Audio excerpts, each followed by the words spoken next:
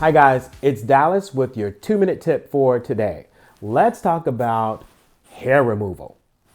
Now, there are so many different ways to remove unwanted hair from the body. There is laser, there is tweezer, there is waxing and sugaring. There's so many different things that you can do. But one thing I want to kind of debunk is the misbelief that when you razor or when you use a razor, the hair grows back thicker and fuller. Well, contrary to today's belief, that's not true. When you use a razor... Mr. Dallas, no. My grandmama said that when I shave, it come back thicker. That's right, baby. You better tell it. Okay, calm down. Calm down. Let me help you and paint a picture for you. When you're using a razor, the razor cuts off the tip of the hair, which makes it appear blunt and more rough.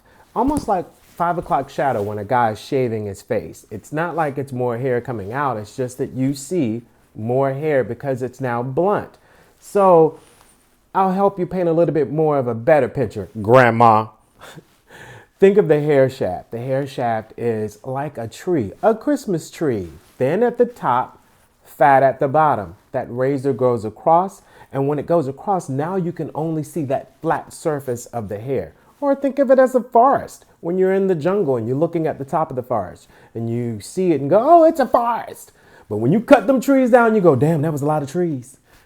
So that way, if you can see it looking like cutting that tree down and seeing that fat surface, that'll help you believe it a little bit better that it's not making your hair grow back thicker and fuller. It just appears that way.